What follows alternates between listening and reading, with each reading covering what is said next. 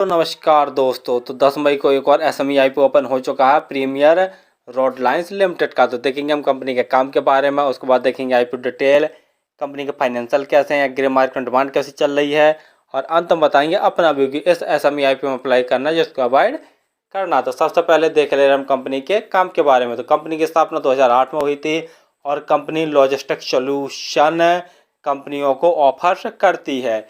यह है land transportation देख लिया जाए तो 1 मीट्रिक टन से 250 मीट्रिक टन तक सामान को ढोने का काम करती है। यानी इसका मेनली काम देख लिया जाए तो कंपनी का ट्रांसपोर्टेशन का ही है। ट्रांसपोर्टेशन सर्विस, प्रोजेक्ट लॉजिस्टिक है और ओवरवेट कार्गो ट्रांसपोर्टेशन इंडिया के अंतर्गत ये सभी जो लॉजिस्टिक से रिलेटेड सर्विसेज हैं यानी B2B कस्टमर्स उनको कंपनी प्रोवाइड करवाती है। कंपनी इंडिया के साथ साथ में जो नाइबर्स कंट्री हैं जैसे नेपाल, भूटान और बांग्लादेश, तो इन देशों में भी कंपनी अपनी सर्विसेज को प्रोवाइड करवाती है।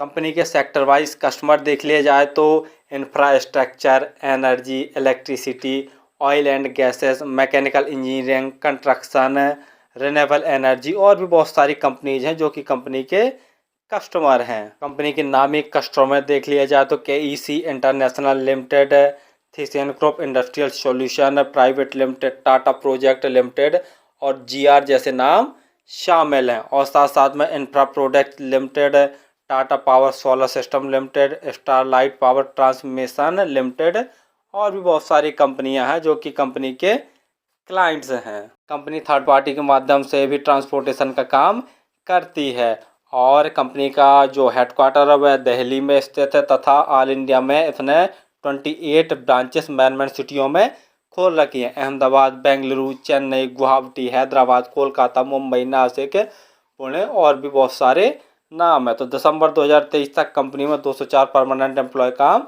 कर रहे थे। तो कंपनी का काम तो आपको समझ में आ गया होगा। चलिए अब देख ले रहे हम आईपीओ की डिटेल के बारे में। आईपीओ 10 मई को ओपन हो चुका है और 14 मई तक यह ओपन रहेगा। प्राइस बैंड जैसा देख रहे हैं 63 रुपये से 67 रुपये पर शेयर का प्राइस बैंड रखा गया है।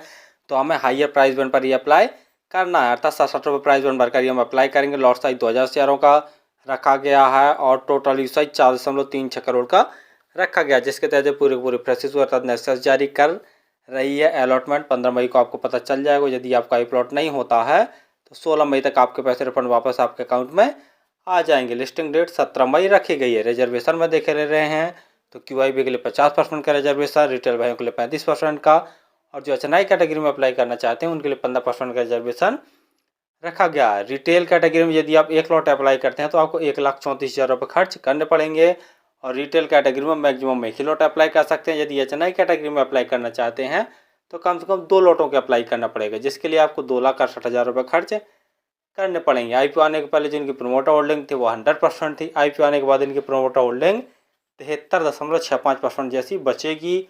ROE 27.85%, ROC 20.05%, डेब्ट टू इक्विटी 1.04 यानी 1 से ज़्यादा है तो कहीं ना कहीं नेगेटिव पॉइंट वाली बात है।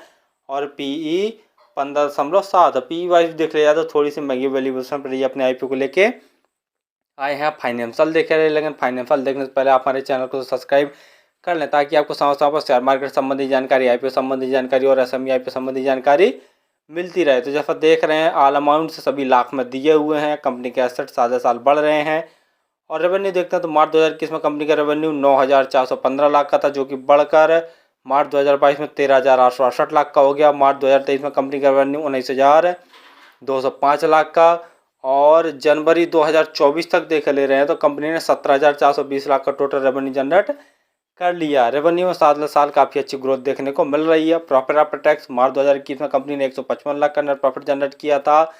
उसके बाद मार्च 2022 में इनका प्रॉफिट बढ़कर 388 लाख का। मार्च 2023 में कंपनी का प्रॉफिट 718 लाख और जनवरी 2024 तक देख ले रहे हैं तो कंपनी ने 874 लाख का नेट प्रॉफिट जनरेट कर लिया। यानी साल इनके प्रॉफिट में भी ज़बरदस्त ग्रोथ देखने को मिल रही है।